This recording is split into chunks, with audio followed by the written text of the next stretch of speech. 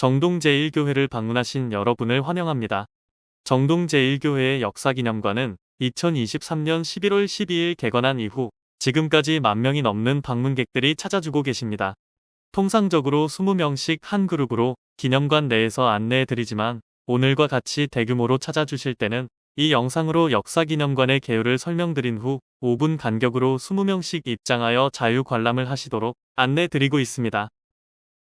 100주년 기념교회가 있는 양화진 홀을 다녀오신 분이라면 홀 입구에 하나님이 조선을 이처럼 사랑하사라고 쓰인 구절을 기억하실 것입니다. 이처럼 조선을 사랑하사 선교사님들을 이 땅에 보내신 하나님께서는 아펜젤러 선교사를 통하여 하늘의 뜻을 이곳 정동에서 이루셨습니다. 방문객 여러분들께서는 저희 역사기념관을 방문하여 하나님께서 어떻게 일하셨는지 확인하시는 시간이 되시기를 소망합니다. 역사란 사전적으로 인류 사회의 변천과 흥망의 과정 또는 그 기록을 말한다고 합니다. 이 역사기념관을 준비하면서 많은 분들께 무엇을 보여드려야 하는지 여러 고민을 하였습니다. 140여 년이라는 많은 시간이 흘렀으니 우리 교회에서 보여드릴 너무나 많은 변천의 과정과 기록이 있겠지요.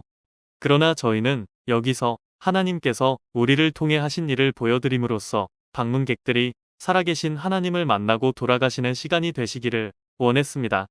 관람하시면서 느끼시겠지만 너무나 많은 전시물의 내용으로 관람객을 압박하지 않는 가운데 묵상하는 마음으로 이곳 정동에서 일하신 하나님을 만나시기 바랍니다. 저희 교회의 공식 명칭은 정동 제1교회입니다. 이 기념관에서는 제일 먼저 저희 교회의 이름을 따라 지역을 나타내는 정동에 관해, 그리고 제1과 관련된 최초의 사건들에 관해, 마지막으로 우리가 교회라는 공동체로 지나온 길과 앞으로의 각오를 보시게 될 것입니다. 먼저 정동 이야기입니다. 19세기 말 서양 문물이 이 땅에 들어오며 제일 먼저 자리 잡은 곳이 바로 이곳 정동입니다. 세계 각국의 공관이 들어섰고 교회와 교육기관이 자리를 잡았습니다. 정동교회를 중심으로 오른쪽에는 이화학당이, 왼쪽에는 배재학당이 자리를 잡았습니다. 19세기 말의 서양식 건물들은 대개 붉은색 벽돌을 사용하여 건축하였습니다. 정동 이야기에서는 정동기를 중심으로 주변의 여러 건물과 위쪽에는 정동 제1교회의 역사, 아래쪽에는 근현대 한국사를 비교한 약도를 보실 수 있습니다. 아펜젤러 선교사는 1885년 부활절에 제물포에 도착하셨습니다. 부인인 엘라 아펜젤러와 태중의 아기, 그리고 세문안 교회를 설립하신 언더우드 선교사님과 함께 이 땅에 첫 발을 내디뎠습니다. 이곳에서는 선교사님께서 도착 후 하나님께 드린 첫 기도문을 보실 수 있으며 그 기도의 응답 또한 느끼실 수 있을 것입니다. 아펜젤러 목사님을 포함한 5분의 선교사님들께서 번역하신 신약 성서입니다. 아펜젤러 선교사님께서는 마태, 마가복음과 고린도 전후서를 번역하셨습니다. 한글 구약 성서는 아직 완성되기 전이었습니다. 아펜젤러 선교사님은 구약 성서 번역 회의를 위해 목포로 가시다가 선박 충돌 사고로 순교하셨습니다. 베들레베당의 뒤편 벽에는 조선 감리교 50주년 기념으로 부착한 아펜젤러 선교사님의 손덕비가 있습니다. 아펜젤러 선교사님은 모두 4명의 자녀를 두셨습니다. 엄마 뱃속에서 함께 조선 땅을 밟았던 앨리스는 이 땅에서 태어난 첫 서양 아기였습니다. 이 아기가 자라서 나중에 이화학당의 교장 선생님이 되고 그 옆에 아들 헨리 닷지 아펜젤러는 배재학당의 교장을 역임하였고 이 두 분은 양화진 선교사 묘원에 묻혀 있습니다. 3.1운동은 정동 제1교회 역사에 있어서 매우 중요한 부분을 차지합니다. 4대 담임 목사님이셨던 손정도 목사님께서는 하나님 사랑과 나라 사랑은 둘이 아닌 하나라는 말씀을 하셨습니다. 5대 담임 목사님이셨던 이필주 목사님과 박동환 전도사님은 독립선언서에 서명한 34민 중 2분이셨는데 3.1운동 이후 수감되심에 따라 정동 제1교회는 매우 어려운 시간을 가졌습니다. 유관순 열사도 이화학당의 채플 예배를 정동 제1교회에서 드리면서 3.1운동에 참여하였다가 옥사하여 장례 예배를 이곳에서 드렸습니다. 정동교회의 선교사님 한 분을 소개합니다. 젠센 선교사님은 1929년 처음 선교사로 한국에 오셨다가 1940년 일제에 의해 추방당하시고 해방 후 다시 입국하셔서 사역하셨습니다. 한국 전쟁 중에는 북한군에 3년간 포로 생활을 하시다가 풀려나 귀국하셨습니다. 전쟁이 끝난 뒤 다시 입국하셔서 사역하시다가 1956년 심장마비로 하나님의 부르심을 받으셨습니다. 그의 사후 부인께서는 젠센 기념관을 건립하여 정동교회에 기증하셨습니다. 이 젠센 기념관에서는 많은 사회활동과 기독교 모임이 활발히 진행되었습니다. 1979년 새 예배당의 건립과 함께 지금은 젠센홀로 남겨져 글을 기리고 있습니다. 처음 이야기를 소개하는 이곳에서 여러분은 먼저 19세기 최초의 서양식 벽돌조 기독교 교회 건축물인 베델 예배당을 만나실 수 있습니다.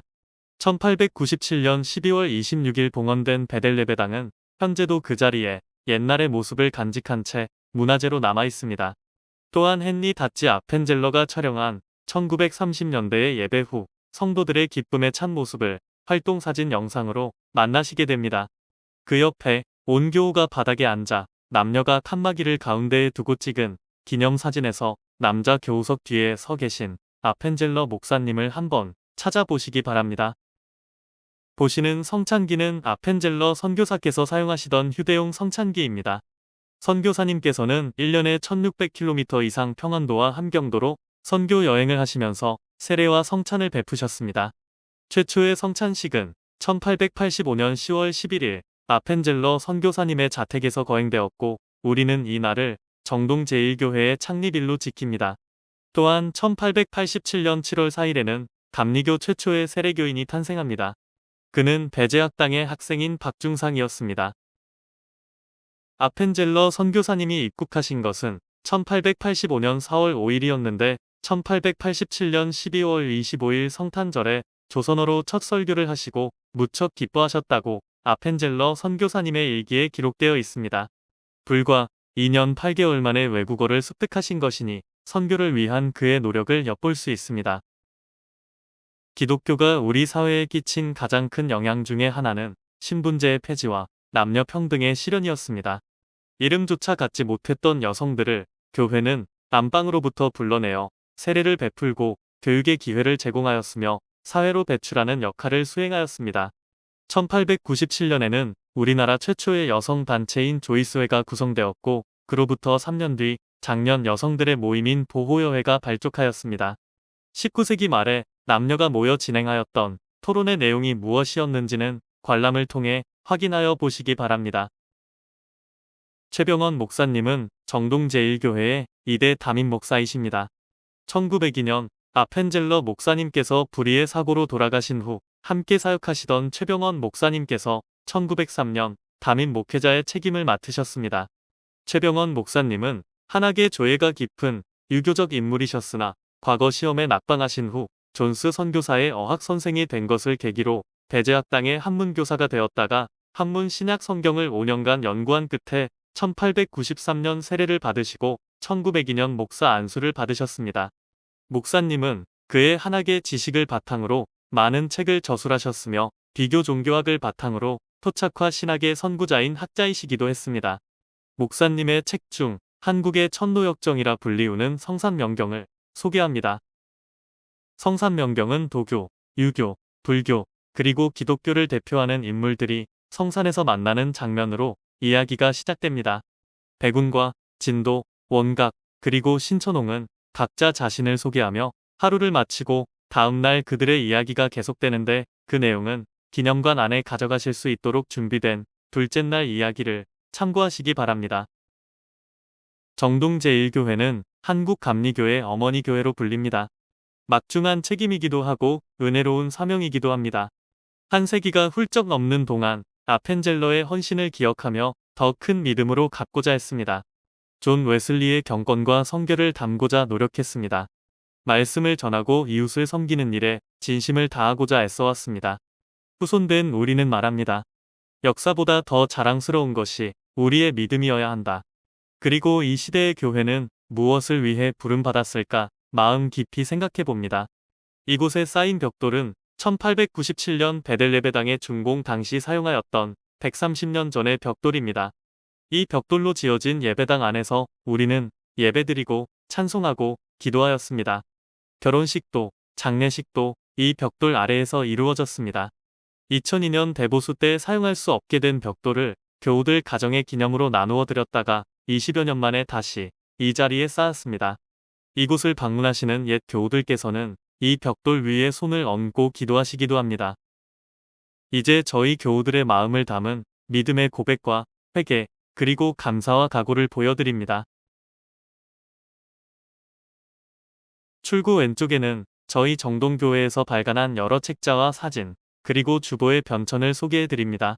안타깝게도 1953년 이전의 주보는 한국 전쟁 때 모두 소실되어 남아있지 않습니다. 그 외에 중요한 문서와 기록은 사회교육관 5층에 있는 망곤도서관 정동 아카이브에 보관하고 있습니다. 마지막으로 아펜젤러 목사님의 1889년 2월 3일의 설교입니다. 고린도 후서 4장 7절의 말씀입니다. 하나님께서 우리를 질그릇이라고 하셨습니다. 약하고 깨지기 쉽습니다. 그러나 우리가 질그릇 안에 보배를 가지고 있으니 바로 복음에 비치고 이것은 하나님의 선물입니다. 흙으로 만들어진 그 그릇을 하나님은 귀하게 여기십니다. 이제 예배당 일기를 함께 보시며 역사기록관 설명을 마치도록 하겠습니다. 영상의 종소리는 1907년 미국 CS 벨사에서 만든 아펜젤러 목사님의 순교기념 종인데 세상을 깨우는 종이라 하여 경세종이라 이름 지어졌습니다. 지금도 매년 송구영신 예배 때 타종하며 새해를 맞이합니다. 우리들 모두 세상을 깨우는 자들이 되기를 소망합니다. 감사합니다.